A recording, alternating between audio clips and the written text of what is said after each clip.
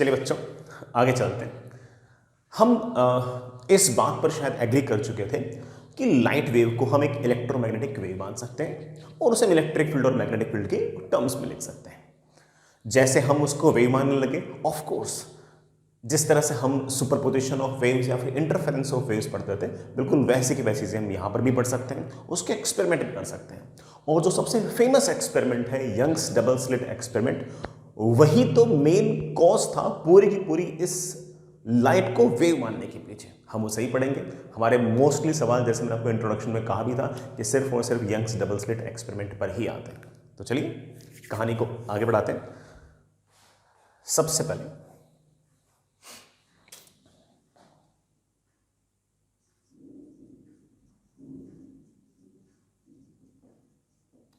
Superposition of waves. हालांकि superposition of waves की theory मैं आपको अलग अलग टाइम पर बता चुका हूं कि कैसे कैसे बेटा इसकी कहानी होती है, बट स्टिल आप हल्का फुल्का फिर से सुन सकते हो। सुनिएगा, मान लीजिए कि आपके पास कोई एक वेव है E1, इसकी बेटा लाइट वेव है, तो ऑफकोर्स किन टर्म्स में होगी? इलेक्ट्रिक फील्ड या मैग्नेटिक फील्ड की टर्म्स में होगी। तो पहली वाली जो वेव है उसके कारण किसी पॉइंट पर इलेक्ट्रिक फील्ड जो है it is varying like this, let's say varying like this. दूसरी वेव के कारण उसी पॉइंट पर जो इलेक्ट्रिक फील्ड है, मतलब लाइट वेव आएगी तो ऑफकोर्स इलेक्ट्रिक फील्ड वेरी करेगी, और इलेक्ट्रिक फील्ड जो वेरी कर रही है उसका expression let's say something like E02 sine of omega T plus phi. Phi जो है ये दोनों वेव्स के बीच का फेज डिफरेंस है। Phase difference has very literal meaning. Difference between the phases is of course the phase difference.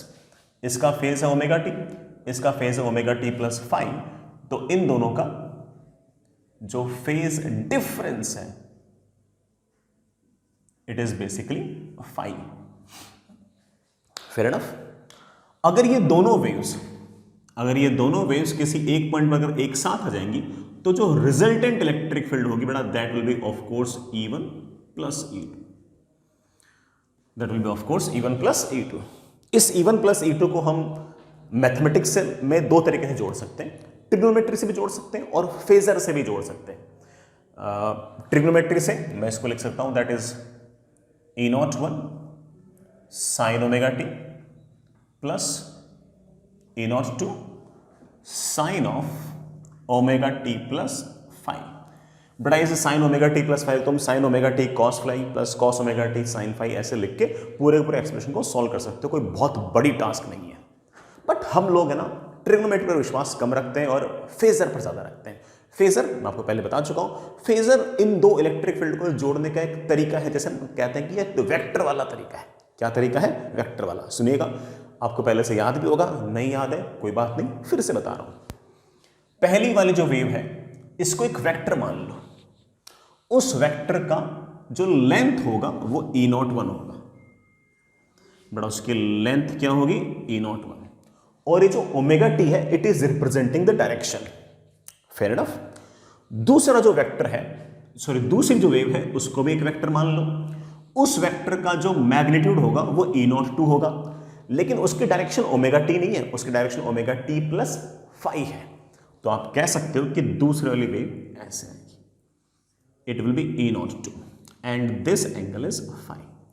मुझे इन दोनों को जोड़ना है तब जाके मेरे पास रिजल्टेंट इलेक्ट्रिक फील्ड आएंगे। आई रियली होप कि आपको दो वेक्टर्स जोड़ने आते होंगे।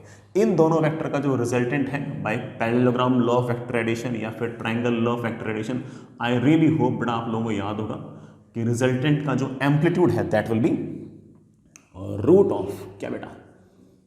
E01 का स्क्वायर प्लस E02 का square plus 2 times E01 E02 into cos of five. याद आ गया होगा। इवन बेटा हम ये वाला एंगल भी बड़े आराम से, अरे बेटा इस एंगल कुछ और लिख देते हैं। इस एंगल को मैं एक बार के लिए चलिए थीटा लिख देता हूं। तो ये tan थीटा भी मैंने तुम्हें लिखना सिखा रखा है। tan थीटा विल बी बेटा perpendicular upon base, that is E02 sine five upon E01 plus E02 cos five. हालांकि इस तरह के एक्सप्रेशन की हमारे बेटा किसी सवाल में काम नहीं पड़ता, बट फिर भी आपको पता होना चाहिए। तो जो रिजल्टेंट वेव है उसके अगर आप इक्वेशन लिखना चाहो तो ऐसे लिख सकते हो कि रिजल्टेंट वेव की इक्वेशन विल बी उसका एम्पलीट्यूड, बेटा उसके एम्पलीट्यूड को मैं एक बार के लिए ई नॉट लिख दो, इसको ई नॉट लिख देना, इनटू साइन ओमेगा टी। नहीं बेटा साइन ओमेगा टी तो ये है हमारे जो रिजल्टेंट वेव है वो साइन ओमेगा टी थोड़ी सी आगे है। कितनी आगे है? थीटा। थीटा हम यहां से लिख देंगे और ये बेटा ई नॉट हम यहां से लिख देंगे, ई नॉट हम यहां से लिख देंगे। आई रियली होप आपको बड़ा ये सुपरपोजिशन ऑफ वेव्स याद आ गई होगी। नहीं भी याद आई तो मैंने इसकी थ्योरी आपको बड़ा हल्की फुल्की तो बता दी। इससे हमारा बड़े आराम से काम चल जाएगा, कोई दिक्कत नहीं आएगी। फिर भी आपको याद सिर्फ और सिर्फ फॉर्मूला रखना है ना। लॉजिक्स तो बड़ा ठीक है, हमें पहले से आते भी हैं, बट हमें फॉर्मूला ज्यादा याद रखना है। तो अगर आपके पास दो वेव्स हैं जिसमें से दो लाइट वेव्स हैं इलेक्ट्रिक फील्ड के टर्म्स में लिखी हुई है, एक की वजह से अगर इलेक्ट्रिक फील्ड का एम्पलीट्यूड E01 है, दूसरी की वजह से इलेक्ट्रिक फील्ड का एम्पलीट्यूड E02 है, तो जो मेरे पास रिजल्टेंट वेव आएगी, उसका जो एम्पलीट्यूड होगा बेटा that will be always under root of, क्या फॉर्मूला निकाला था बेटा अपन ने?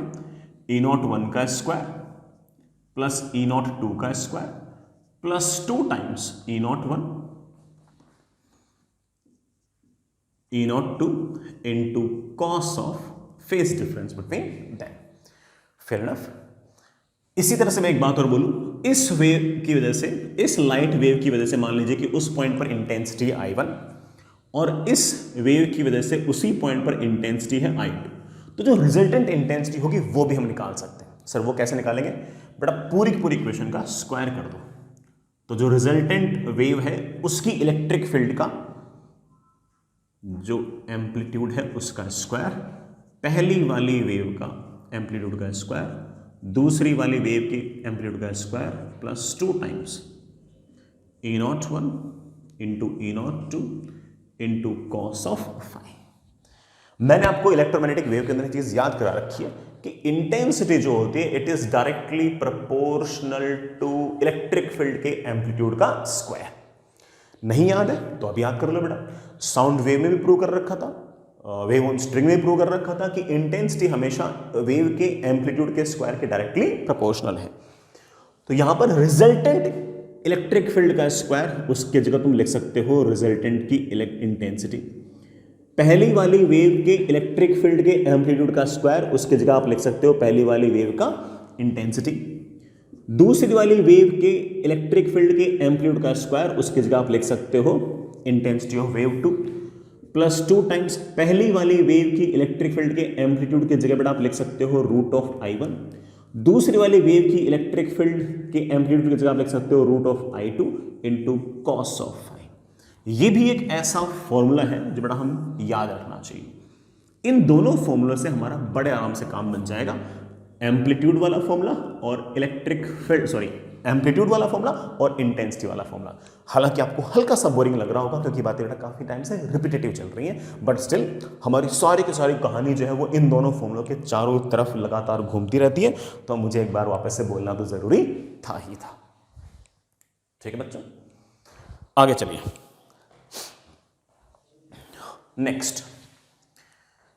नेक्स्ट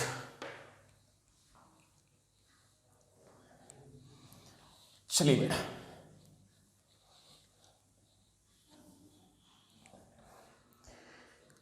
हेडिंग लिखिए,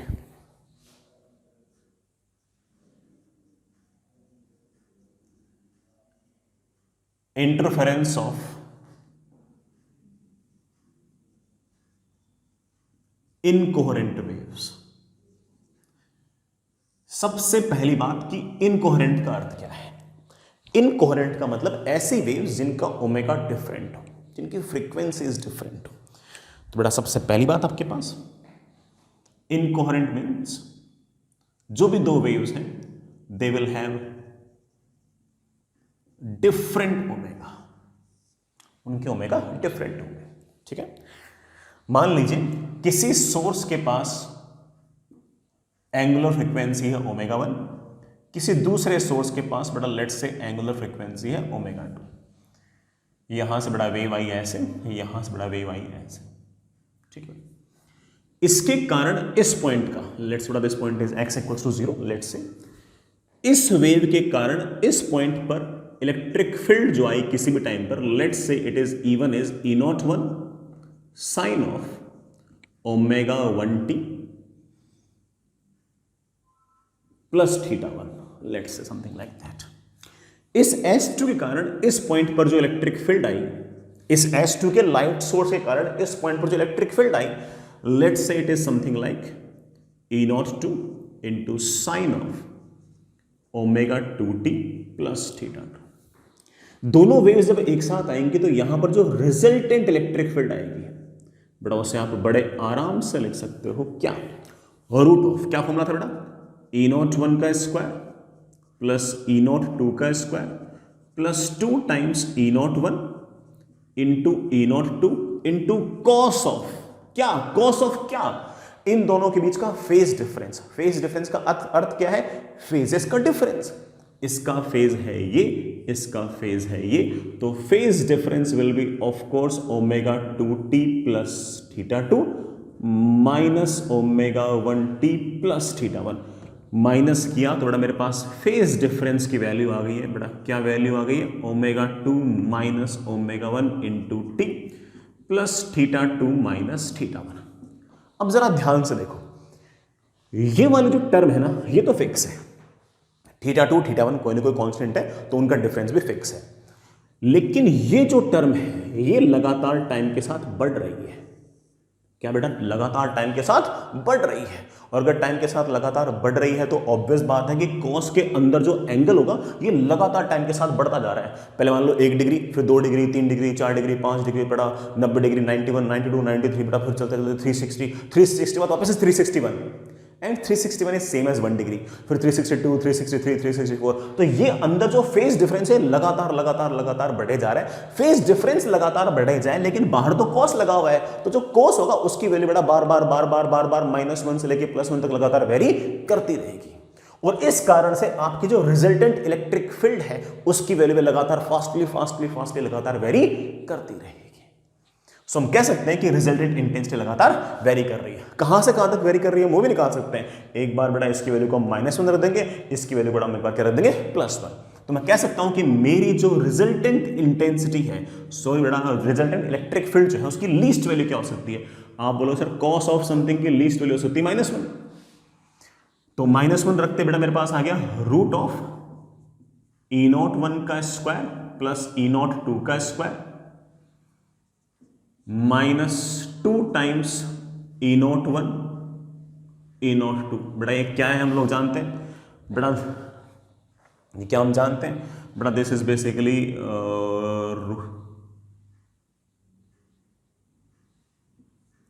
रूट ऑफ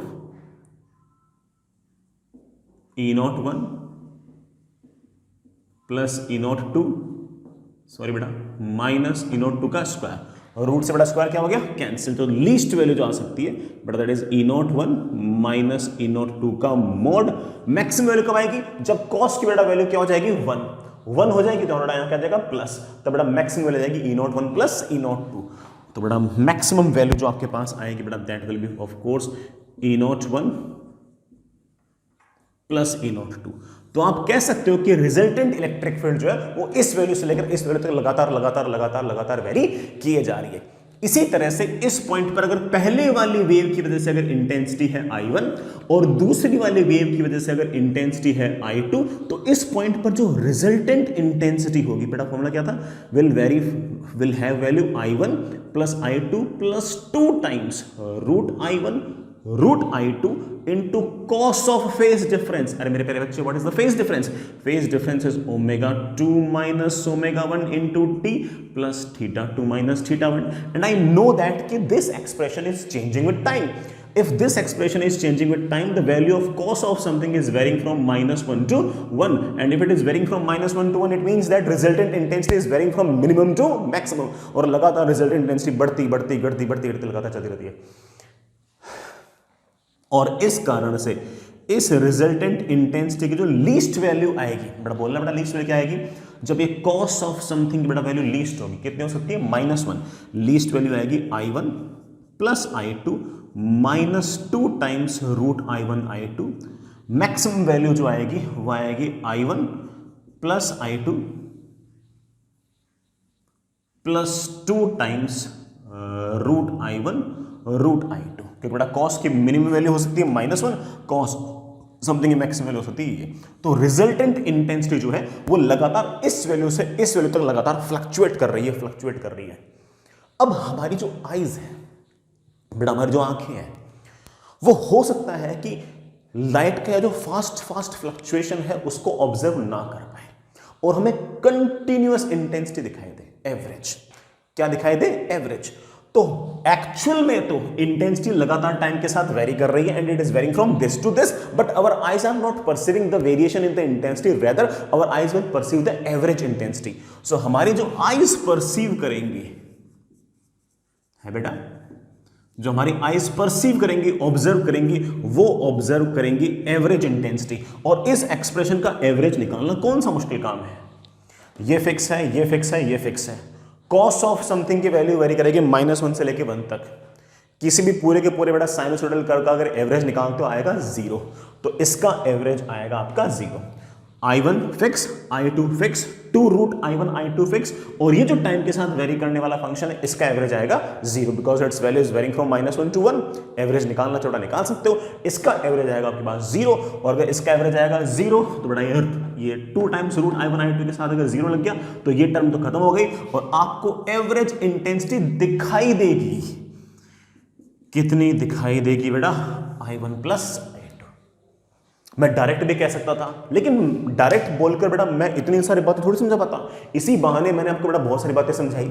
इनकोहेरेंट सोर्स का मतलब क्या है, उनमें इंटरफेरेंस कैसे होती है, कैसे रिजल्टेंट इंटेंसिटी वेरी करती है, कैसे रिजल्टेंट इलेक्ट्रिक फील्ड वेरी करता है, और कैसे भले ही रिजल्टेंट इलेक्ट्रिक फील्ड और रिजल्टेंट इंटेंसिटी वेरी करती हो, लेकिन हमारे जो आईज हैं वो उस वेरिएशन को परसीव नहीं कर पाते, और अगर वेरिएशन को परसीव नहीं कर पाते हम देखते हैं एवरेज इंटेंसिटी, और हम अगर देखते हैं average intensity it obviously means that कि बेटा resultant intensity will be simply the summation of the intensities due to 2 sources. तो अक्सर नेचर के अंदर बेटा हमारे आस पड़ोस में जितने भी लाइट के सोर्सेज हैं, ये ट्यूब लाइट्स हैं, सनलाइट है, सारे के सारे आपस में इनकोहेरेंट सोर्सेज हैं, सबके ओमेगा डिफरेंट है, और सबके अगर ओमेगा डिफरेंट है तो किसी भी पॉइंट पर जो रिजल्टेंट इंटेंसिटी होगी वो उन सबकी इंटेंसिटीज का सीधा समेशन होगा। क्या होगा बेटा? सीधा का सीधा समेशन होगा। जैसे जैसे जैसे एग्जाम्पल के लिए बोल रहा हूं बेटा, एग्जाम्पल के लिए बोल रहा हूं बेटा, मेरे पास ये ट्यूबलाइट 1 है, ये बेटा मेरे पास कोई ट्यूबलाइट 2 है, और बेटा ये मान लीजिए आपके पास सन है। ठीक है, इस पॉइंट पर ट्यूबलाइट 1 के कारण लेट्स से बेटा इंटेंसिटी है 0.3 वाट पर मीटर स्क्वायर। बेटा इंटेंसिटी की यूनिट क्या होगी? पावर अपॉन एरिया, वाट पर मीटर स्क्वायर। ट्यूबलाइट 2 के कारण इंटेंसिटी है लेट्स से बेटा 0.2 वाट पर मीटर स्क्वायर, और सन के कारण इस पॉइंट पर जो इंटेंसिटी है लेट्स से बेटा इट इज 0.1 वाट पर मीटर स्क्वायर। अब ये तीनों की तीनों जो सोर्स है हम जानते हैं इन जनरल हमारे आस पड़ोस में जितने सोर्स है सबका ओमेगा बेटा बराबर नहीं है, डिफरेंट है, इनकोहेरेंट सोर्स है। तो इनकोहेरेंट सोर्सेज हैं, तो इस पॉइंट पर आपको जो रिजल्टेंट इंटेंसिटी दिखाई देगी बेटा वो कितनी होगी? आप बोलो से रिजल्टेंट इंटेंसिटी दिखाई देगी this plus this plus this. Simply आप कह सकते हो कि that is 0.3 plus 0.2 plus 0.1, I think it comes out be 0.6 watt पर metre square. Simple. Incoherent source में बेटा सीधे इंटेंसिटी पर ऐसे जोड़ सकते हैं। मान लो आपने ट्यूबलाइट 1 को ऑफ कर दिया, ट्यूबलाइट 1 को अगर ऑफ कर दिया तो बेटा इसकी वजह से इंटेंसिटी नहीं आएगी, सिर्फ ट्यूबलाइट की वजह से और सन की वजह से आएगी, और आपकी इंटेंसिटी आएगी 0.2 प्लस 0.1 बेटा दैट इज 0.3।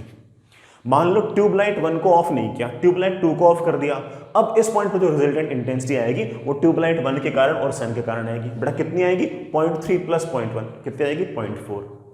रात में दोनों ट्यूबलाइट ऑन है, ऑफ कोर्स सन ऑफ हो गया, अब रिजल्टेंट इंटेंसिटी कितनी होगी? Of course it will B 0.3 plus 0.2। तो हमारे आस पड़ोस के अंदर जितने भी आपके लाइट के सोर्सेज हैं, most of them are incoherent sources, most of them are having same omega. जिस रूम के अंदर आप बैठे हो सकता है बेटा उसके अंदर 2 या 3 ट्यूबलाइट ऑन हो सकता है बेटा उसके अंदर ऑफ कोर्स सनलाइट भी आ रही, तो सबके ओमेगा बराबर नहीं है, सबके ओमेगा डिफरेंट डिफरेंट है। और सबके ओमेगा अगर डिफरेंट डिफरेंट है तो ऑफ कोर्स आपकी बुक के ऊपर जो लाइट गिर रही है, आपके बुक के ऊपर जो लाइट गिर रही है वो सारे के सारे इंटेंसिटीज का सिंपल समेशन है। क्या है बेटा? Simple summation. सन की वजह से अगर लाइट की इंटेंसिटी I1 है तो ट्यूबलाइट की वजह से अगर इंटेंसिटी अगर I2 है तो आपको दिखाई दे रही है I1 plus I2, just because these two sources are incoherent. तो इनकोहेरेंट सोर्सेज की वजह से हम बड़े आराम से इस तरह से इंटरफेरेंस पढ़ सकते हैं और हम सीधा याद रख सकते हैं कि it will be just the algebraic sum of all the intensities. I hope it's fair enough.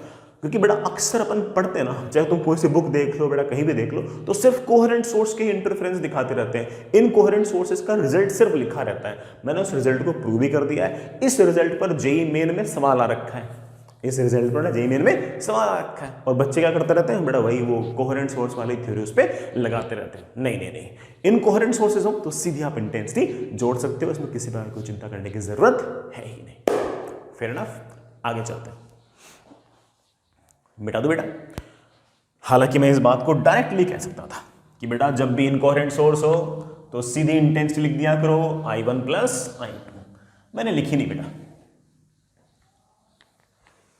मैंने प्रूव की, और प्रूव करते करते ऑफ कोर्स हम 50 तरह की बातें सीखे यार, है ना, सीखे है ना, ठीक है। चलिए बच्चों आगे चलते हैं। Next is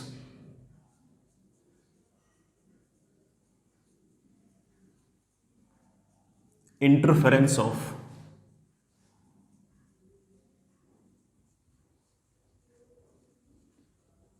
coherent sources. This is much important. हमारा पूरा का पूरा जो चैप्टर है बड़ा, उसका 60-70% हिस्सा तो सिर्फ और सिर्फ इसी पर है। सुनिएगा आराम से। When I say coherent sources, I mean that we are talking about sources having same angular frequencies या frequencies, ठीक है। उनका इंटरफेरेंस कैसे होता है बिल्कुल आराम से बढ़िया से बड़ा थ्योरी देखेगा, ठीक है, और उसके हम रिजल्ट्स भी याद करेंगे और एक्सपेरिमेंट भी देखेंगे। And you know it very well, the best experiment is of course Young's double slit experiment. हमारे पास एक सोर्स है S1, हमारे पास बड़ा ये सोर्स है S2। सोर्स S1 के कारण x1 डिस्टेंस दूर बड़ा पॉइंट P है, वहां पर जो इलेक्ट्रिक फील्ड आई है, let's say it is E01। बेटा इलेक्ट्रिक फील्ड क्यों आई है? लाइट गई है बेटा, लाइट अपने आप में एक इलेक्ट्रोमैग्नेटिक वेव है, और इलेक्ट्रोमैग्नेटिक वेव के अंदर बेटा क्या वेरी करती है? Electric field and magnetic field. Magnetic field भी लिख सकते हो, मेरी आदत इलेक्ट्रिक फील्ड लिखने की है।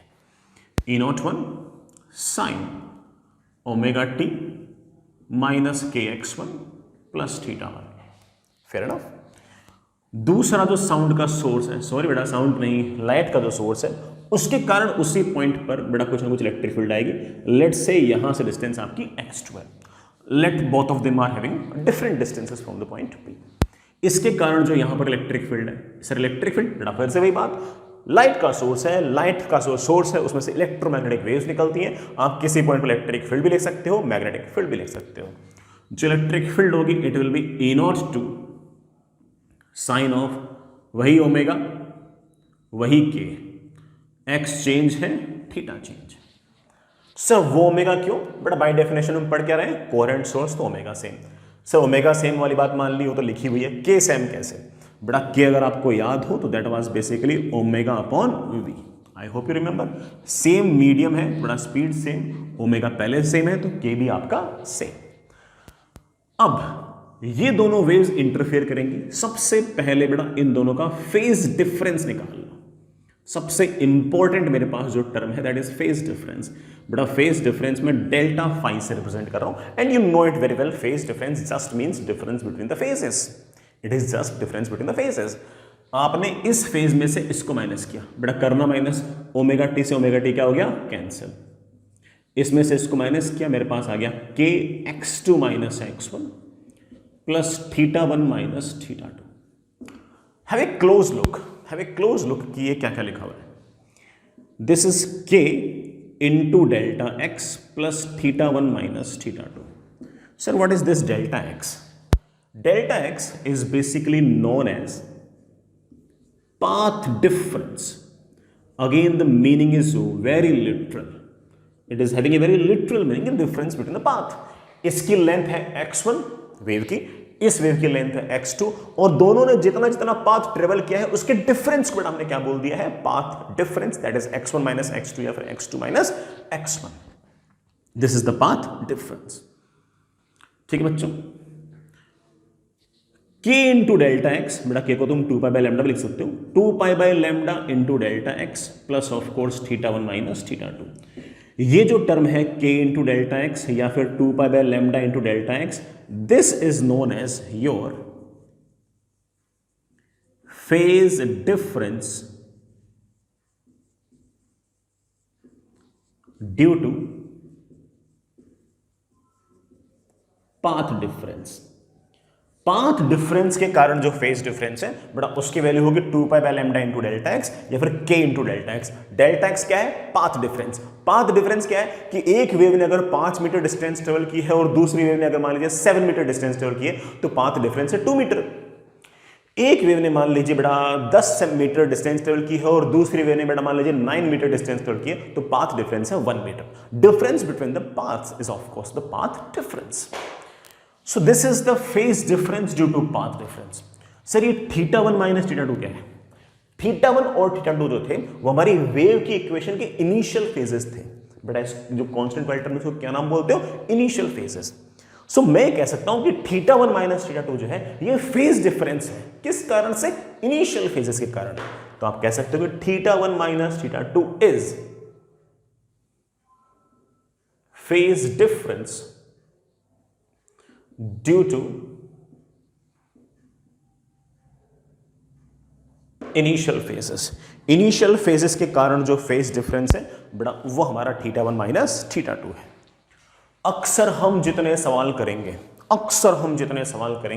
उनके अंदर, अक्सर को बेटा मैं अंग्रेजी में लिख रहा हूं, इन जनरल अक्सर बेटा आपका थीटा 1 और थीटा 2 बराबर होता है और इस कारण से ये वाला जो फेज डिफरेंस है ये जीरो हो जाता है. फिर फेज डिफरेंस सिर्फ और सिर्फ किस कारण से बचता है? फेज डिफरेंस बचता है सिर्फ और सिर्फ पाथ डिफरेंस के कारण.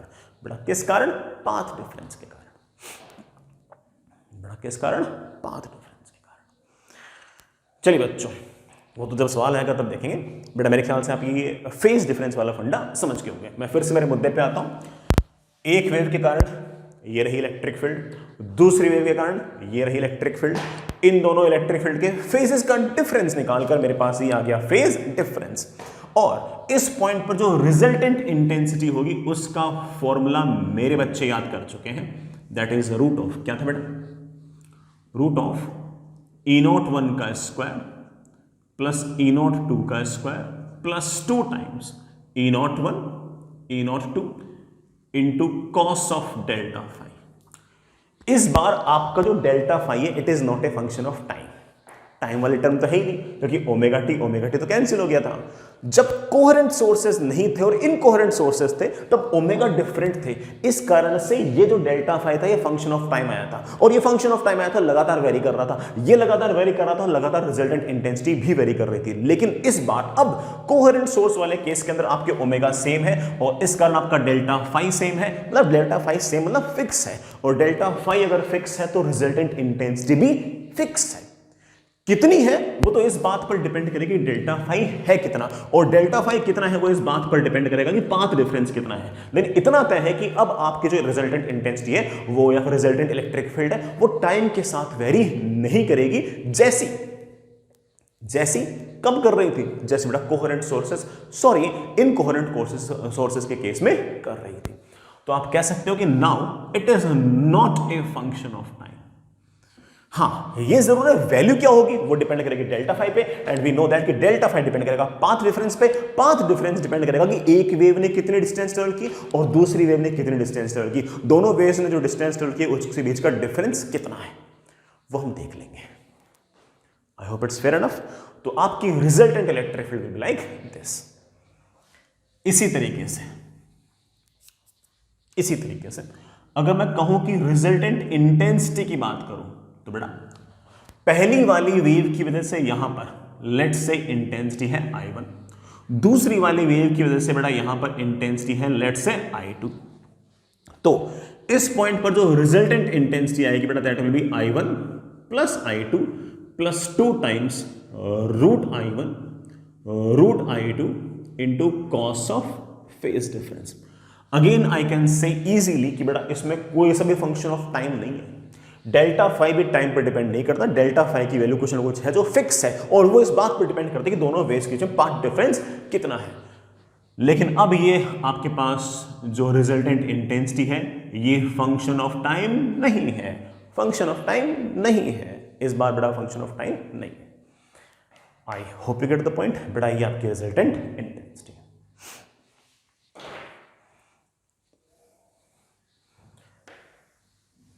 अब ये जो रिजल्टेंट इंटेंसिटी है इसकी वैल्यू क्या रहेगी, ये डिपेंड करता है डेल्टा फाई पर, और डेल्टा फाई कितना है ये इस बात पर डिपेंड करता है कि दोनों वेव्स के बीच में पाथ डिफरेंस कितना है।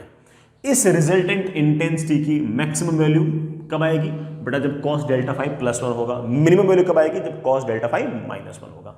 देख लेंगे तो कोई दिक्कत नहीं है। इसके लिए हम दो अलग अलग केसेस बनाएंगे।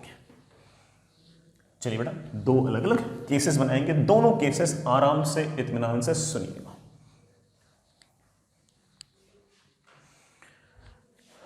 पहला है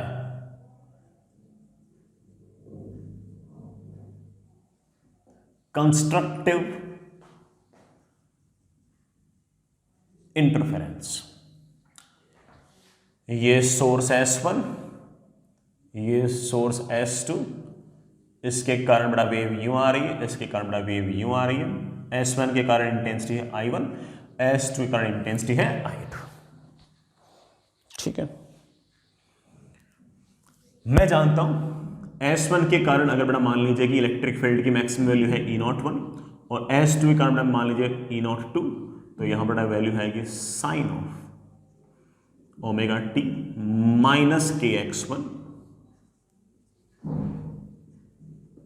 दूसरी वाली बड़ा वेव आएगी same omega same K but different X different theta. Now we know that कि resultant electric field will be क्या था बेटा, will be E01 का स्क्वायर प्लस E02 का square plus 2 times E01 E02 into cos delta phi. I want in constructive interference I want this resultant intensity to be maximum. Resultant intensity maximum होने के लिए cos delta phi को चाहता हूं मैं maximum, बेटा कितना हो सकता है 1, और कॉस डेल्टा फाई को 1 चाहने के लिए delta phi should be either 0, cos 0 is of course 1, और 2 पाई और 4 पाई और 6 पाई, या फिर बोल दो even multiple of pi. This is the basic condition of constructive interference कि the phase difference between these two waves must be even multiple of pi। दो waves के बीच में phase difference even multiple of pi होगा, तब जाके हम बोलेंगे कि दोनों waves constructive interference कर रही हैं। Fair enough। डेल्टा फाई को बड़ा हम अक्सर क्या लिखते हैं 2 pi by lambda into delta x या k into delta x plus θ1 minus θ2। मैं मान के चल रहा हूं कि θ1 और θ2 की वैल्यू सेम है। उस केस में this is your phase difference, this phase difference is only due to part difference and it must be equals to 2n pi. बेटा 2 पाई से 2 पाई कैंसिल, मेरे पास आ गया delta X equals to n lambda. इसका मतलब या तो आप ये याद कर लो कि फेज डिफरेंस जो होगा वो इवन मल्टीपल ऑफ पाई होगा, या फिर ये याद कर लो कि पाथ डिफरेंस जो है वो या तो बेटा इनको 0 रखना, या तो 0 होगा या लैम्डा होगा या 2 लैम्डा होगा या 3 लैम्डा होगा या 4 लैम्डा होगा या 5 लैम्डा होगा या सो ऑन। जब इंटीग्रल मल्टीपल ऑफ वेवलेंथ के बराबर अगर आपका पाथ डिफरेंस होगा तो दोनों वेव्स जो होंगी वो कंस्ट्रक्टिव इंटरफेरेंस करेंगे, और कंस्ट्रक्टिव इंटरफेरेंस करेंगे तो आपकी रिजल्टेंट इलेक्ट्रिक फील्ड सबसे ज्यादा आएगी। और वो रिजल्टेंट इलेक्ट्रिक फील्ड जो आप कह रहे हो कि सबसे ज्यादा आएगी उसकी वैल्यू कितनी होगी बच्चे वाले, इसको 1 रख दो। जैसे मैंने 1 रखा, इट इज बेसिकली E01 का स्क्वायर E02 का square plus 2 times E01 into E02 into 1. I hope you can write it down. E01 plus E02. तो जहां जहां कंस्ट्रक्टिव इंटरफेरेंस होगी बेटा वहां पर आपकी रिजल्टेंट इंटेंसिटी मैक्सिमम होगी, रिजल्टेंट इलेक्ट्रिक फील्ड मैक्सिमम होगी, रिजल्टेंट इलेक्ट्रिक फील्ड की जो वैल्यू होगी बेटा वो E01 प्लस E02 होगी। इसी तरीके से अगर रिजल्टेंट इलेक्ट्रिक फील्ड मैक्सिमम होगी तो आपकी रिजल्टेंट इंटेंसिटी भी मैक्सिमम होगी। उसका फॉर्मूला था पहली वाली वेव केस से इंटेंसिटी I1, दूसरी वाली वेव केस से इंटेंसिटी I2, तो resultant intensity is I1 plus I2 plus 2 times root I1 root I2 into cos delta phi, but we are saying that कि cos delta phi should be 1, तो put it down to 1। जैसे बेटा मैंने इसको 1 लिखा, it can be written as I1 plus I2 plus 2 times root I1 root I2, it can be written as root I1 plus root I2 का whole square। This is the maximum possible intensity and it will not occur at every place. It will occur at only those places at which the phase difference between these two waves will be even multiple of pi, or in other words I can say that it will occur at the points at which the path difference between the waves is either 0 or lambda or 2 lambda or 3 lambda or 4 lambda or so on। तो जहां पर बेटा आपकी intensity maximum आएगी बेटा, जिन जिन point पर आपकी intensity बेटा मैक्सिमम आएगी उन पॉइंट पर आपका पाथ डिफरेंस जो है वो ऐसे इंटीग्रल मल्टीपल ऑफ लैम्डा बोल दो, ये बेटा फेज डिफरेंस इस तरह से इवन मल्टीपल ऑफ पाई बोल दो, और उन पॉइंट्स पर आपकी इंटेंसिटी सबसे ज्यादा आएगी। And this is the case of constructive interference बेटा, this is the case of constructive interference. Fair enough. जिस तरह का हमारा बेटा कंस्ट्रक्टिव इंटरफेरेंस है वैसा सा ही हमारे पास एक इसका उल्टा दैट इज डिस्ट्रक्टिव इंटरफेरेंस भी है। Just opposite that is destructive interference. सुनिए बच्चों व्हाट इट इज।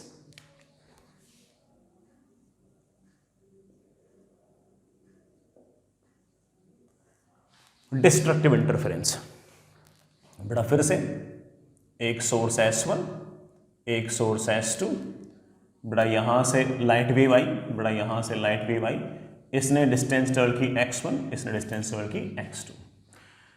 इस पॉइंट पर जो रिजल्टेंट इंटेंसिटी होगी बेटा, इस बार मैं पूरा नहीं लिख रहा हूं, जो रिजल्टेंट इंटेंसिटी होगी वो हम जानते हैं बेटा कितनी होगी, रूट ऑफ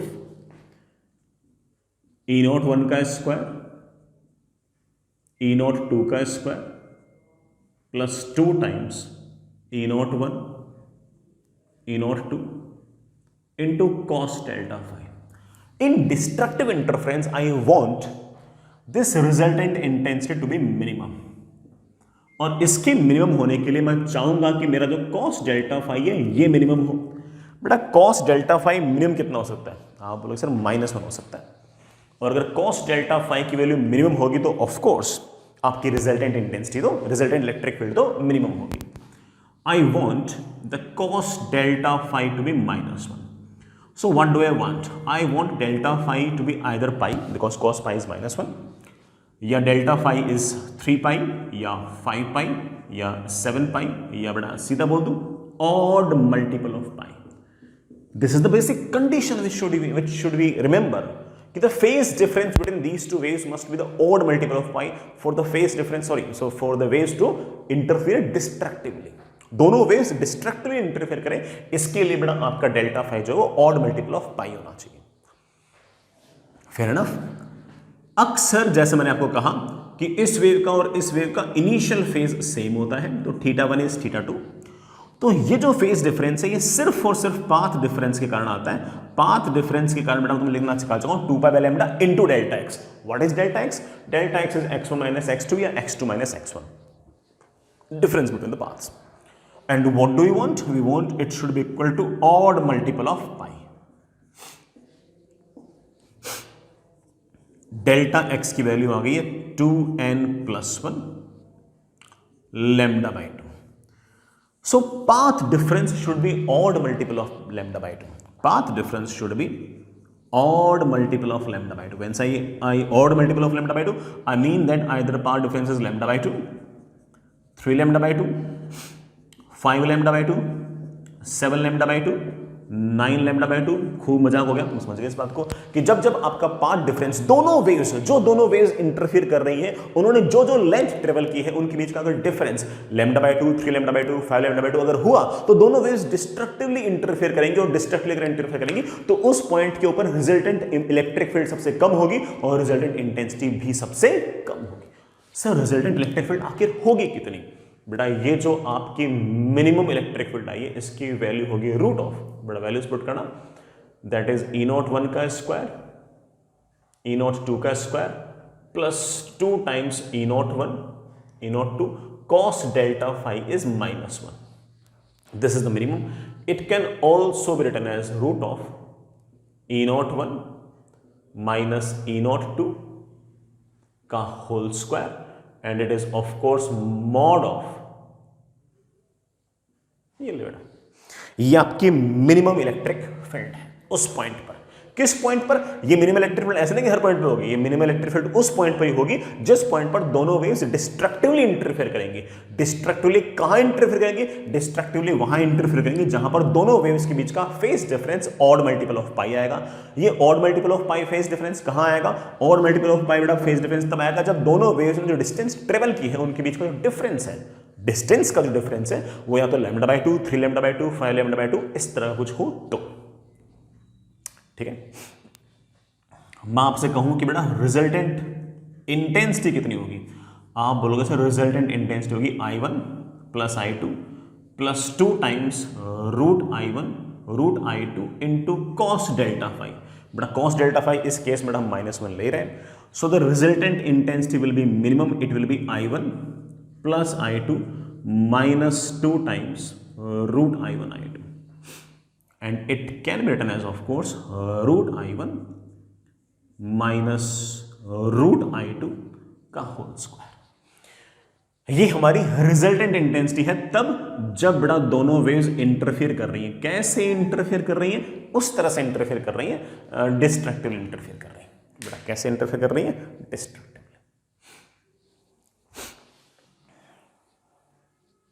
आई होप बेटा इस बात को भी आप समझ ही गए होंगे।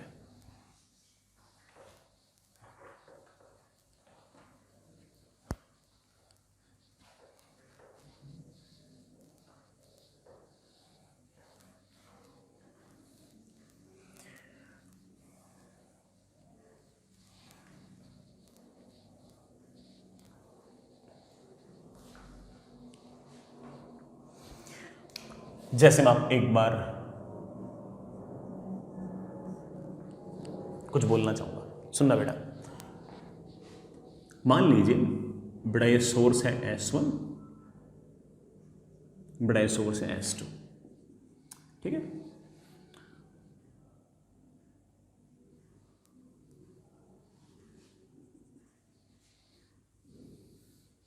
बेटा मान लीजिए ये बीचों बीच वाला पॉइंट था, इस वेव ने जो डिस्टेंस ट्रेवल की और इस वेव ने जो डिस्टेंस ट्रेवल की वो बराबर की। दोनों वेव्स ने अगर बराबर डिस्टेंस ट्रेवल की तो पाथ डिफरेंस आपका 0 है। पाथ डिफरेंस अगर 0 है इसका मतलब ये हो गया कि कंस्ट्रक्टिव इंटरफेरेंस है। अगर कंस्ट्रक्टिव इंटरफेरेंस है तो हम बड़े आराम से कह सकते हैं कि इसकी वजह से अगर इंटेंसिटी I1 है और इसकी वजह से अगर इंटेंसिटी I2 है तो यहां पर जो रिजल्टेंट इंटेंसिटी होगी बेटा वो root I1 plus root I2 का होल स्क्वायर होगी। Fair enough. मान लीजिए बेटा यहां कहीं S1 ने डिस्टेंस कम ट्रेवल की है, S2 ने डिस्टेंस ज्यादा ट्रेवल की है, और मान लो कि S2 ने जो डिस्टेंस ट्रेवल की है उसमें से S1 ने जो डिस्टेंस ट्रेवल की है उसका डिफरेंस अगर लैम्डा बाय 2 आ गया तो मैं समझ गया कि यहां पर मिनिमा है, यहां पर इंटेंसिटी का मिनिमा है। और अगर इंटेंसिटी का मिनिमा है तो इस पॉइंट पर जो रिजल्टेंट इंटेंसिटी होगी मेरे प्यारे बच्चों उसकी वैल्यू होगी root I1 minus root I2 का होल स्क्वायर। Fair enough. बीच में जो पॉइंट होंगे वहां पर पाथ डिफरेंस बेटा 0 और लैम्डा बाय 2 के बीच में कुछ होगा, तो फेज डिफरेंस 0 और पाई के बीच में कुछ होगा, तो उस केस में रिजल्टेंट इंटेंसिटी इससे तो कम होगी लेकिन इससे ज्यादा होगी। तो ऐसा नहीं बेटा बीच वाले पॉइंट पे इंटेंसिटी हम निकाल नहीं सकते, निकाल सकते हैं। बीच वाले पॉइंट पे जो इंटेंसिटी होगी वो इन दोनों के बीच में कुछ होगी। इसी तरह से मैं थोड़ा सा और ऊपर गया, यहां कहीं S1 से जो वेव आई और S2 से जो वेव आई, इसने ज्यादा डिस्टेंस ट्रेवल की, इसने कम डिस्टेंस ट्रेवल की, और मान लो जो डिस्टेंसेस ट्रेवल की है उसके बीच का जो डिफरेंस है वो अब लैम्डा आ गया। अगर लैम्डा आ गया तो मैं समझ गया कि यहां पर फिर से रिजल्टेंट इंटेंसिटी मैक्सिमम हो गई है और उसकी वैल्यू हो गई है √I1 प्लस √I2 का होल स्क्वायर। Fair enough. फिर मैं थोड़ा सा और ऊपर गया, यहां कहीं, यहां ये जो वेव यहां से आई, इसने डिस्टेंस ज्यादा ट्रेवल की है, इसने डिस्टेंस कम ट्रेवल की है। अगर इस पॉइंट पर ये पाथ डिफरेंस 1.5 लैम्डा आ गया, अरे बेटा 3 λ/2, ऑड मल्टीपल ऑफ λ/2, यहां पर डिस्ट्रक्टिव इंटरफेरेंस आ गई, यहां पर फिर से बेटा इंटेंसिटी मिनिमम होगी and it will be √I1 minus √I2 का होल स्क्वायर। तो आप देख पा रहे हो उस बात को कि I1 और I2 मिलकर कहीं कहीं पर I1 और I2 मिलकर कहीं कहीं पर √I1 प्लस √I2, मतलब ज्यादा भी कर सकते हैं, और कहीं कहीं I1 और I2 मिलकर I1 प्लस I2 से कम √I1 माइनस √I2 का होल स्क्वायर भी कर सकते हैं। ये डिपेंड करता है कि उस पॉइंट पर पाथ डिफरेंस 0 है, लैम्डा है, या फिर 0.5 लैम्डा है, 1.5 लैम्डा है, 3.5 लैम्डा है, 2.5 लैम्डा है। तो I1 और I2 मिलकर I1 प्लस I2 से ज्यादा भी हो सकता है, और I1 और I2 मिलकर I1 प्लस I2 से कम भी हो सकता है। एंड दिस, इससे मत सोचना कि एनर्जी कंजर्व नहीं है, एनर्जी तो अब भी कंजर्व है। किसी किसी जगह एनर्जी बढ़ गई है, किसी किसी जगह एनर्जी घट गई है, नेट एनर्जी पूरे सिस्टम की अब भी कंजर्व है। This redistribution of energy, this redistribution of intensity is known as our interference.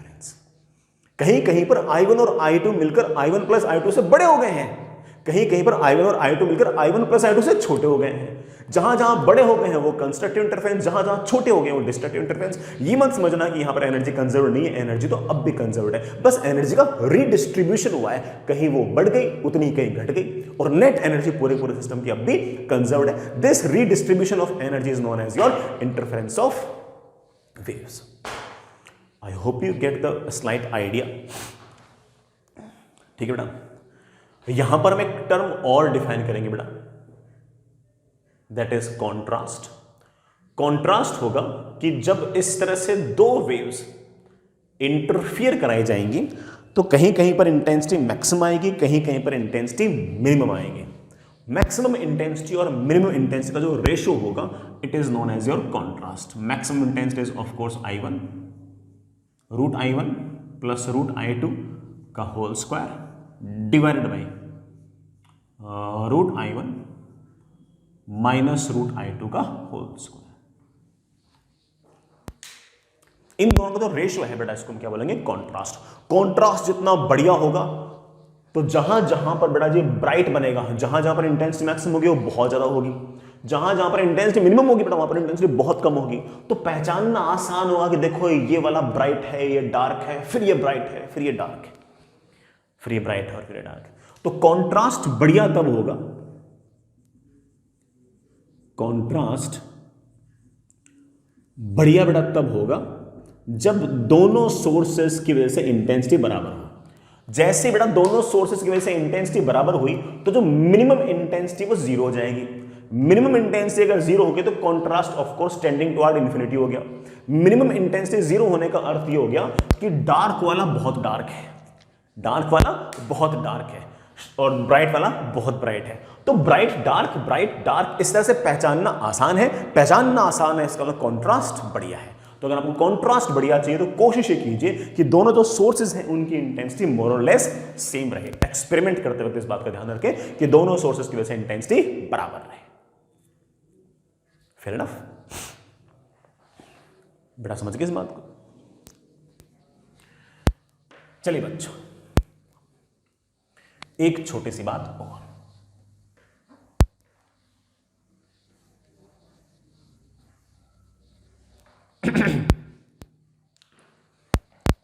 बड़ा मान लीजिए कि ये कोई लाइन जिस पर मैं डिटेक्टर को मूव करा रहा हूं, यहां पर बड़ा दो सोर्सेज हैं S1, यहां बड़ा दूसरा सोर्स है S2, कोहेरेंट सोर्स है बेटा, ठीक है। दोनों की ही वजह से इस पॉइंट पर इंटेंसिटी I0 है। S1 की वजह से भी इंटेंसिटी I0 है, S2 की वजह से भी इंटेंसिटी I0 है। तो कितनी कितनी इंटेंसिटी कहां कहां होगी?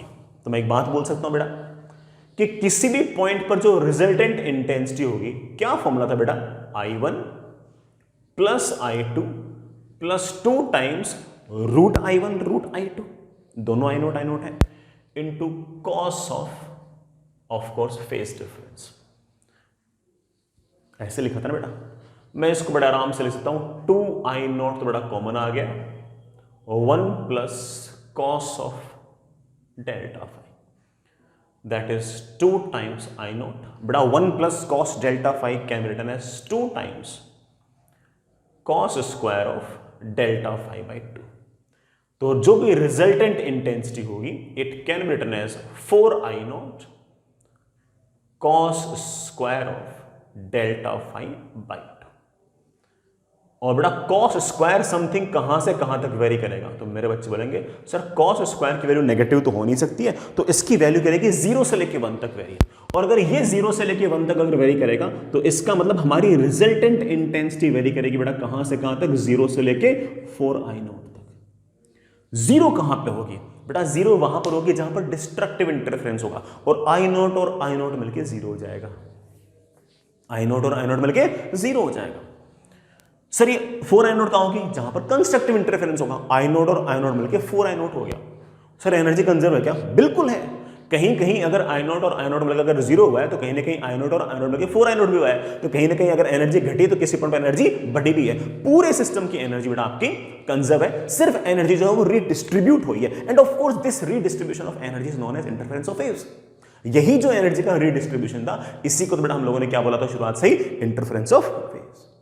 आप इसको और अच्छे से लिखना चाहो लिख सकते हो, resultant intensity is 4I0 cos square of, बेटा phase difference is of course 2 pi by lambda into path difference, यहां पर रखा तो 2 से 2 cancel, pi by lambda into delta x. तो बेटा डेल्टा एक्स को 0 रख ले, लैम्डा रख ले, 2 लैम्डा रख ले, 3 लैम्डा रख ले, 4 लैम्डा रख ले, या इंटीग्रल मल्टीपल ऑफ लैम्डा रख दे, लैम्डा रख ले, 2 लैम्डा रख दे, 3 लैम्डा रख दे, 4 लैम्डा, तो ये बेटा cos 0 cos पाई cos 2 पाई ऐसे बन जाएगा, या तो 1 बनेगा या -1 बनेगा, स्क्वायर करोगे तो वापस से 1 बन जाएगा। तो आपकी रिजल्टेंट इंटेंसिटी बेटा इन पॉइंट्स पर कितनी आएगी, हमेशा 4I0।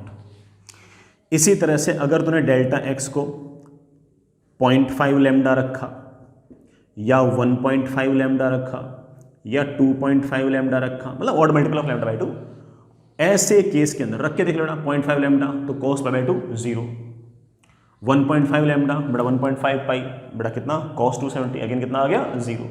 तुम समझिए बेटा इस बात को। तो उस केस में आपकी जो रिजल्टेंट इंटेंसिटी आएगी बेटा वो कितनी आएगी, 0 आएगी। तो आप कह सकते हो कि ये वाला पॉइंट जहां पर इस वाली वेव ने और इस वाली वेव ने समान डिस्टेंस ट्रेवल की है, यहां पर आपका पाथ डिफरेंस 0 है, और पाथ डिफरेंस अगर 0 है तो इस पॉइंट पर मैक्सिमम इंटेंसिटी होगी, and that maximum intensity will be of course 4I0।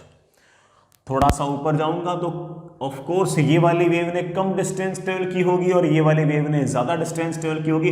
यहां कहीं जो डिस्टेंसेस ट्रेवल की गई है उनका डिफरेंस बेटा कहीं ना कहीं 0.5 लैम्डा होगा। जहां कहीं 0.5 लैम्डा होगा मैं जानता हूं कि वहां पर मिनिमम इंटेंसिटी आनी चाहिए, और बेटा मिनिमम इंटेंसिटी बेटा कितनी आएगी, यहां पे 0 आएगी, डार्क पॉइंट आएगा यहां पे।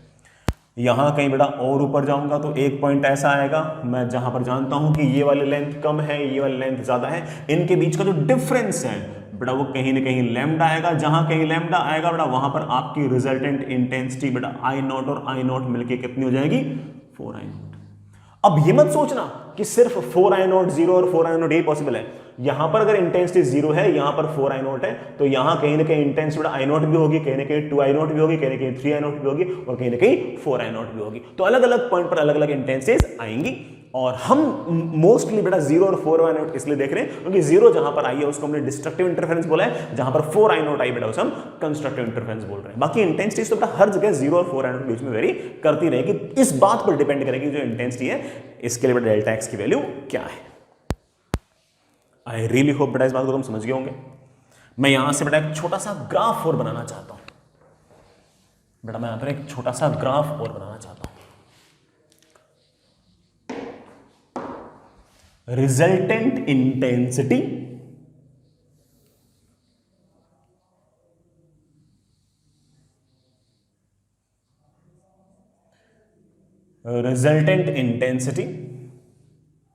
और पाथ डिफरेंस के बीच ग्राफ बनाना चाहता हूं। पाथ डिफरेंस को 0 रखो, cos 0 कितना हो गया 1, तो इंटेंसिटी आ गई 4I0। पाथ डिफरेंस दो वेव्स के बीच में अगर 0 हुआ तो इंटेंसिटी आएगी 4I0। इस डेल्टा एक्स को λ/2 रखो तो cos π/2 आ गया, cos π/2 होता है 0, तो रिजल्टेंट इंटेंसिटी आ गई है 0। तो जहां कहीं बड़ा आपका पाथ डिफरेंस 0.5 लैम्डा होगा वहां पर इंटेंसिटी हो जाएगी 0। कहीं ना कहीं बड़ा पाथ डिफरेंस की वैल्यू लैम्डा होगी, लैम्डा से लैम्डा कैंसिल, cos पाई की वैल्यू -1, स्क्वायर करोगे तो 1, बड़ा इंटेंसिटी वापस से बड़ा बढ़कर हो जाएगी 4I0। तो कहीं ना कहीं बड़ा आपका पाथ डिफरेंस जैसे ही लैम्डा होगा बड़ा इंटेंसिटी आपके पास जाएगी वापस से 4I0। फिर से बड़ा कहीं ना कहीं पाथ डिफरेंस आपका 1.5 लैम्डा होगा तो इंटेंसिटी वापस से आपके पास हो जाएगी 0। नेगेटिव में बड़ा एग्जैक्टली ये हाल है।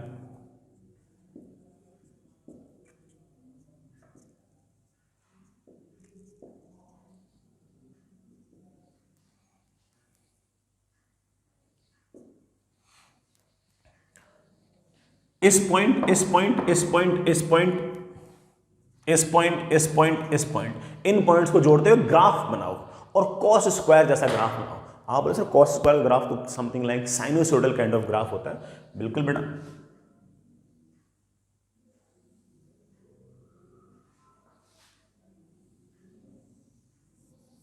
इस तरह का आपका ग्राफ आ जाएगा। अलग अलग पाथ डिफरेंस पर रिजल्टेंट इंटेंसिटी कितनी होगी हम बड़े आराम से इस बात को इस तरह से समझ सकते हैं, याद रख सकते हैं। फेयर एनफ बच्चों, अच्छी बात है बेटा। ये बेटा 4I0 और 0 वाली बात तो बेटा तब है जब I1 और I2 की वैल्यू सेम हो।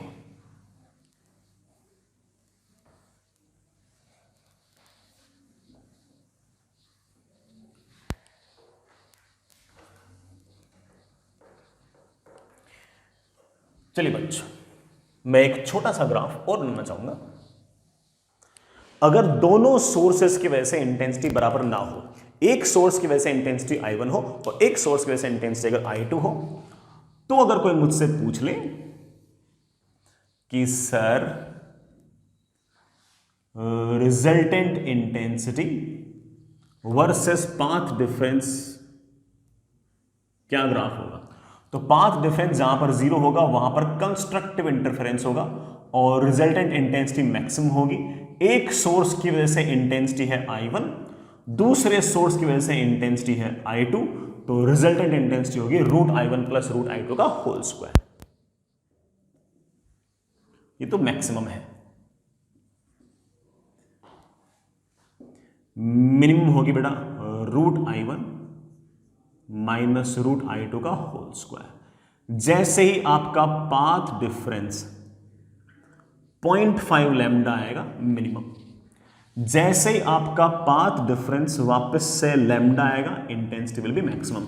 नेगेटिव बेटा ये कहानी है, जैसे ही path difference -0.5 lambda intensity minimum. इस बार मिनिमम 0 नहीं है, जैसे बेटा आपका पाथ डिफरेंस लैम्डा आया या माइनस लैम्डा, तो एक ही बात है बेटा, x1 minus x2 x2 minus x1 से इस बात का फर्क पड़ता है बड़ा इंटेंसिटी। और ग्राफ कैसा आएगा, कॉस स्क्वायर जैसा बड़ा ग्राफ आएगा आपके पास, साइनोसोडल टाइप ग्राफ आएगा। इन पॉइंट्स को जोड़ते हुए बड़ा साइनोसोडल कर्व बनाओ आपको, हाँ सर बिल्कुल बन जाएगा ऐसा सा बड़ा ग्राफ। तो कितने कितने पाथ डिफरेंस पर कितनी कितनी इंटेंसिटी होगी हम बड़े आराम से बड़ा इस तरह से लिख सकते हैं, समझ सकते हैं। ठीक है, चलिए बच्चों आगे चलते हैं बेटा, आगे चलते हैं बेटा।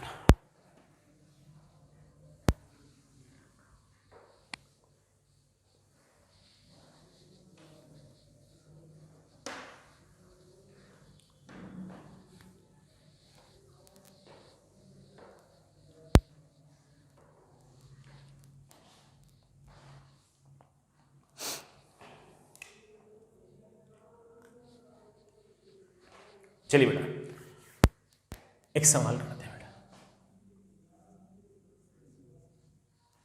बेटा एक सवाल सुनिएगा, ये बड़ा सोर्स है S1, ये बड़ा सोर्स है S2, ठीक है बेटा। ये बड़ा कोई ना कोई पॉइंट है बेटा P, एक वेव बड़ा यहां से, बड़ा एक वेव यहां से।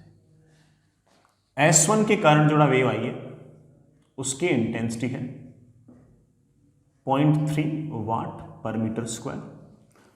S2 के कारण जो वेव आई है बड़ा उसकी इंटेंसिटी है 0.4 वाट पर मीटर स्क्वायर।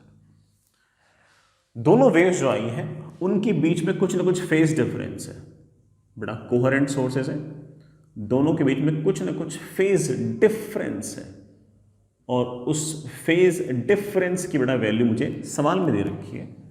सवाल मुझे गिवन है कि इट इज π/3। इस पॉइंट पर पाथ डिफरेंस ऐसे हैं कि उन पाथ डिफरेंस के कारण फेज डिफरेंस जो है वो बड़ा इस तरह से π/3 है, ठीक है। Find resultant intensity at point P। Point P पर बड़ा रिजल्टेंट इंटेंसिटी बताओ कितनी होगी।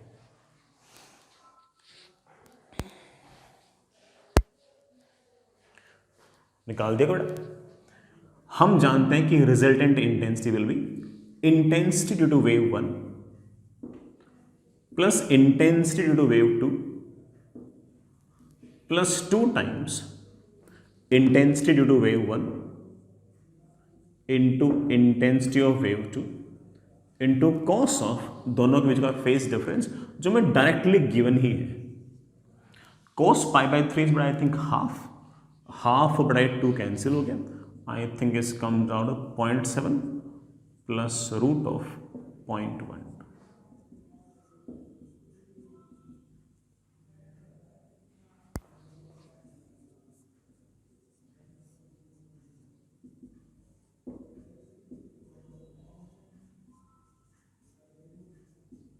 ये ले बेटा, ओ सॉरी थोड़ा सॉल्व, अच्छा 2 निकाल दो, 2 से बड़ा 5 कर लेना इसको सॉल्व बेटा। वाट पर मीटर स्क्वायर,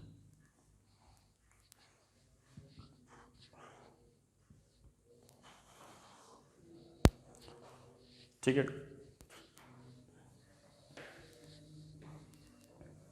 ये बड़ा आपकी रिजल्टेंट इंटेंसिटी। अगला सवाल एक और लिखिए बेटा, एक और लिखिए। ये आपके पास बेटा कोई सोर्स है S1, इसके कारण जो इंटेंसिटी है बेटा वो 0.25 वाट पर मीटर स्क्वायर है। दूसरा बड़ा सोर्स है, कोहेरेंट सोर्स ही है, उसके कारण जो इंटेंसिटी है बेटा वो 0.49 वाट पर मीटर स्क्वायर है, ठीक है। फाइंड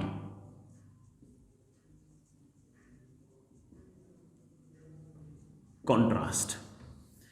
बट ऑफ कोर्स ये S1 और S2 जो है वो अलग अलग पॉइंट पर कहीं ना कहीं मैक्सिमम इंटेंसिटी बनाएंगी, बड़ा कहीं ना कहीं मिनिमम इंटेंसिटी बनाएंगी, किसी पॉइंट पर मैक्सिमम, किसी पॉइंट पे मिनिमम। बड़ा पहले बड़ा कॉन्ट्रास्ट से पहले एक काम कर लो, फाइंड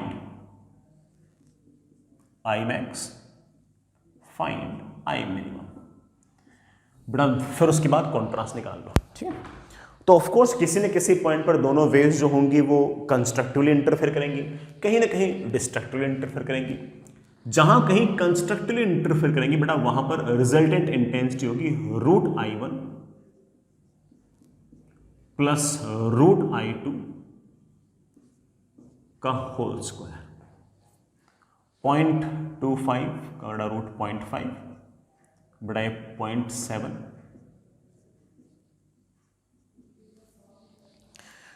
ये आगे बढ़ा मेरे पास 1.44 वाट पर मीटर स्क्वायर, ठीक है बच्चों। ये है ना 0.5 प्लस 0.7 बड़ा 1.2 का स्क्वायर कितना आएगा 1.44। मिनिमम इंटेंसिटी कितनी होगी ऑफ कोर्स √0.25 माइनस √0.49 का स्क्वायर दैट इज 0.5 माइनस 0.7 का whole square. 0.7 minus 0.5 is of course बेटा 0.2. 0.2 का स्क्वायर इज बेटा ऑफ कोर्स 0.04. मुझसे बड़ा कॉन्ट्रास्ट पूछा गया है. Contrast is of course 144 upon 4 बेटा 36 आ गया होगा. इसकी यूनिट नहीं होगी क्योंकि बेटा वाट पर मीटर स्क्वायर अपॉन वाट पर मीटर स्क्वायर दोनों कैंसिल हो गए, तो बेटा इसकी unitless. Answer is 36. Answer is 36. Fair ना.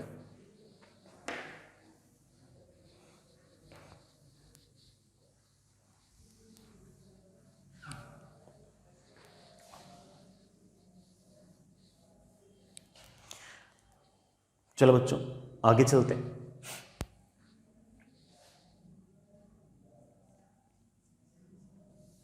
एक सवाल करते हैं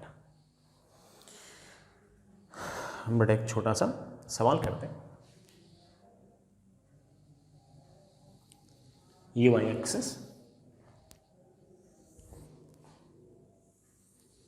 ये X axis, this is X. Y axis पर यहां कहीं बेटा एक लाइट का सोर्स है S2, यहां कहीं बेटा लाइट का सोर्स है S1. और बेटा पहले बोल दूं कि S1 S2 are coherent sources. दोनों का ओमेगा सेम है, दोनों का ओमेगा सेम है तो ऑफ कोर्स दोनों की वेवलेंथ सेम है. मीडियम तो सेम है बेटा. ये तो ओरिजिन पे है और ये पड़ा है बेटा 0,4 लैम्डा पर. बेटा कहां पड़ा है 0,4 लैम्डा पर. मतलब ये जो डिस्टेंस है ये आपके पास 4 लैम्डा, जो आपके पास 4 लैम्डा. S1 S2 में there is no initial phase difference, there is no initial phase difference. दोनों में बेटा कोई इनिशियल फेज डिफरेंस नहीं है. जो भी फेज डिफरेंस होगा वो पाथ डिफरेंस की वजह से होगा. ठीक, छोटे छोटे सवाल पूछ रहा हूं, आराम सुनना. यहां कहीं बेटा कोई पॉइंट है P जिसके कोऑर्डिनेट्स में लिख दिए x, 0. S1 से बेटा कोई ना कोई वेव आएगी ऐसे, S2 से बेटा कोई ना कोई वेव आएगी ऐसे. जो कहूं बेटा वही करना है. ठीक है, आप सारी बातें बड़े आराम से रिलेट कर लोगे और आपसे बड़े आराम से रिलेट हो जाएंगी. तुम तो सिर्फ जो कहूं ना सिर्फ वो करो. Find path difference between the waves at point P. Point P पर पाथ डिफरेंस कितना होगा? तो आप बोलोगे कि सर एक वेव ने डिस्टेंस r ट्रेवल की है, एक वेव ने डिस्टेंस कम ट्रेवल की है. Path difference is of course S2P minus S1P. This distance is 4 lambda, this distance is x, so by Pythagoras it is 16 lambda square plus x square. This is already x. This length minus this length is our path difference. Different between the paths is the path difference. So it is basically root of 16 lambda square plus x square minus x. ये बड़ा हमारा path difference. पहला सवाल तो इतने था. अगला सवाल, what can be maximum and minimum value of path difference. बेटा जो P पॉइंट है इस पर पाथ डिफरेंस की मैक्सिमम और मिनिमम वैल्यू क्या हो सकती है? तो बेटा सुनो, मैक्सिमम की बात सुनना बेटा. ये एक ट्राइंगल है, ट्राइंगल की एक साइड माइनस ट्राइंगल की दूसरी साइड. ये बेटा आपने शायद 9th या 10th क्लास में पढ़ा होगा. ट्राइंगल की एक साइड माइनस ट्राइंगल की दूसरी साइड, लेंथ ऑफ कोर्स कभी भी ट्राइंगल की तीसरी साइड से बड़ी नहीं हो सकती. मतलब दिस माइनस दिस कभी भी 4 लैम्डा से बड़ा नहीं हो सकता।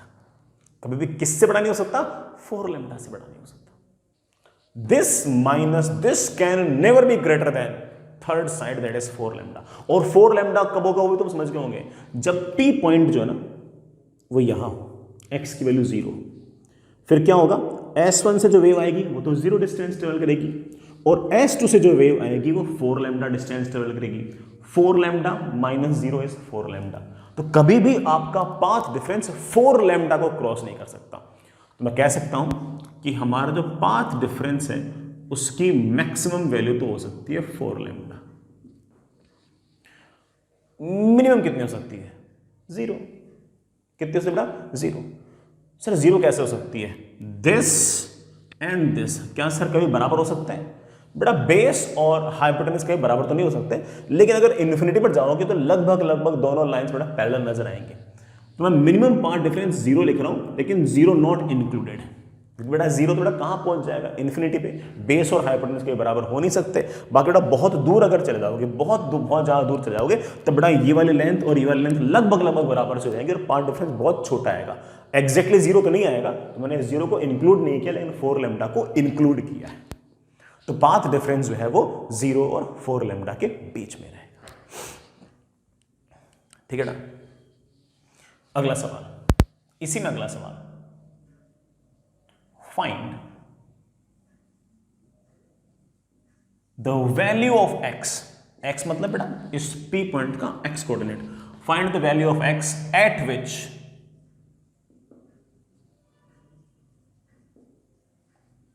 path difference मतलब डेल्टा x is 4 लैम्डा। कहां पर बेटा पाथ डिफरेंस 4 लैम्डा होगा? पाथ डिफरेंस तुम निकाल चुके हो, इसको 4 लैम्डा के बराबर कर दो। मेरे पास आ गया 16 lambda square plus x square का root minus x is equals to 4 lambda. इसको उधर लेके गया, मेरे पास आ गया 16 lambda square plus x square is 16 lambda square plus x square plus 4 lambda x.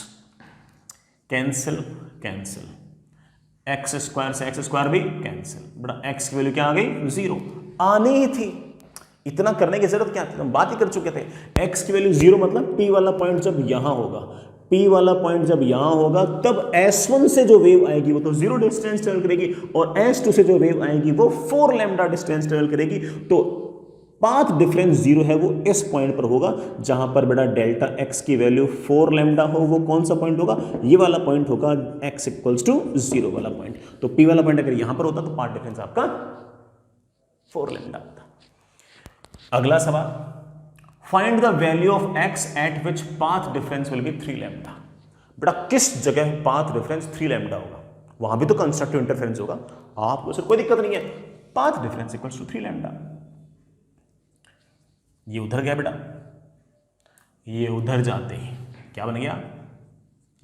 9 lambda square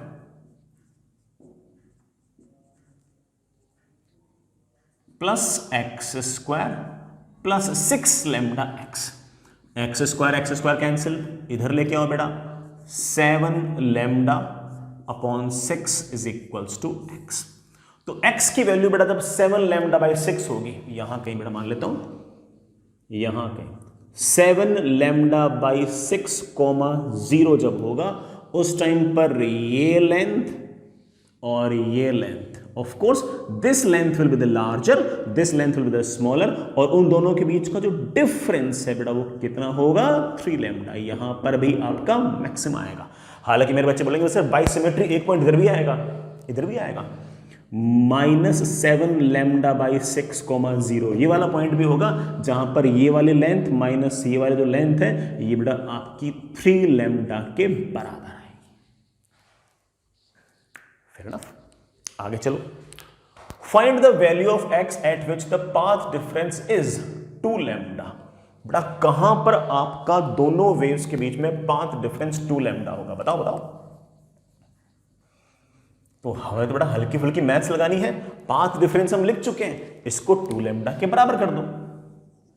इसको उधर लेके गया, मेरे पास आ गया 16 lambda square plus x square is 4 lambda square plus x square plus 4 lambda x square cancel, एक बड़ा लैम्डा भी cancel, 16 lambda minus 4 lambda is 12 lambda upon 4 is of course 3 lambda, x की वैल्यू आ गई है 3 लैम्डा।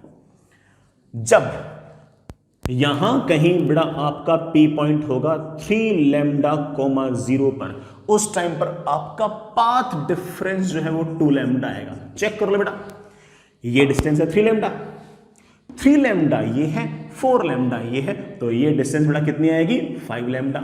इस wave ने distance travel की है 5 लैम्डा, इस वेव ने डिस्टेंस ट्रेवल की है 3 लैम्डा, तो पाथ डिफरेंस कितना हो गया 2 लैम्डा। तो इस पॉइंट पर पाथ डिफरेंस कितना आएगा 2 लैम्डा। मेरे बच्चे बोले सर इधर 3 लैम्डा है, तो इधर भी 3 लैम्डा डिस्टेंस पे आई है, यहां पर आएगा मेरे पास -3 लैम्डा कोमा 0। यहां पर बेटा इस वेव ने डिस्टेंस ट्रेवल की 3 लैम्डा, इस वेव ने डिस्टेंस ट्रेवल की 5 लैम्डा, और यहां पर भी बेटा आपका पाथ डिफरेंस कितना आएगा 2 लैम्डा। यहां पर भी कंस्ट्रक्टिव इंटरफेरेंस है, यहां पर भी कंस्ट्रक्टिव इंटरफेरेंस है, यहां पर भी कंस्ट्रक्टिव इंटरफेरेंस है। अलग अलग पॉइंट पर अगर पी होगा तो उसे बेटा अलग अलग जगह बेटा कंस्ट्रक्टिव इंटरफेरेंस नजर आएंगे और अच्छी खासी इंटेंसिटी दिखाई देगी। अगला काम तुम समझ बेटा क्या पूछने वाला हूं, मैं तुमसे मजदूरी करवा रहा हूं, मुझे पता है, ले बेटा करो, बतवाते तो समझ में आएंगी ना। मुझे पाथ डिफरेंस लैम्डा चाहिए बेटा, मुझे पाथ डिफरेंस लैम्डा चाहिए। बताओ बेटा कहां पर पाथ डिफरेंस लैम्डा आएगा। तो मेरे बच्चे बोलेंगे सर पाथ डिफरेंस निकाल रखा है 16 lambda square plus x square, बेटा एक्स उधर जाएगा, मेरे पास आ गया 16 lambda square plus x square is x square plus lambda square plus 2x lambda. बड़ा एक्स स्क्वायर कैंसिल, एक्स की बड़ा मेरे ख्याल से वैल्यू आ गई है 15 लैम्डा बाई 2। सही लिखे बड़ा? हाँ, यहां कहीं कोई पॉइंट आएगा 15 लैम्डा बाई 2,0 जब बेटा जी इसने जो डिस्टेंस ट्रेवल की और इसने जो डिस्टेंस ट्रेवल की, दोनों के बीच की जो डिस्टेंस ट्रेवल का जो डिफरेंस है वो लैम्डा आएगा, और लैम्डा आएगा तो ऑफकोर्स कंस्ट्रक्टिव इंटरफेरेंस होगा। इधर बड़ा 15 लैम्डा बाई 2 पर है, तो बड़ा यहां कहीं भी -15 लैम्डा बाई 2,0 पर भी यही कहानी है। सर जीरो भी चेक कर लो कि कहां पर पाथ डिफरेंस 0 आएगा। बेटा कहां पर पाथ डिफरेंस 0 आएगा, तो मुझसे पूछ लेंगे सर मुझे पाथ डिफरेंस 0 चाहिए। हालांकि हम जानते हैं पाथ डिफरेंस 0 नहीं होगा बेटा, कभी भी आपका हाइपोटेनस और बेस तो बराबर हो ही नहीं सकते। बट चलो अगर मैथमेटिक्स भी लगा के देखते हैं कि पाथ डिफरेंस 0 हो सकता है क्या, तो आप बोलोगे sir 16 lambda square plus x square का root minus x equals to 0।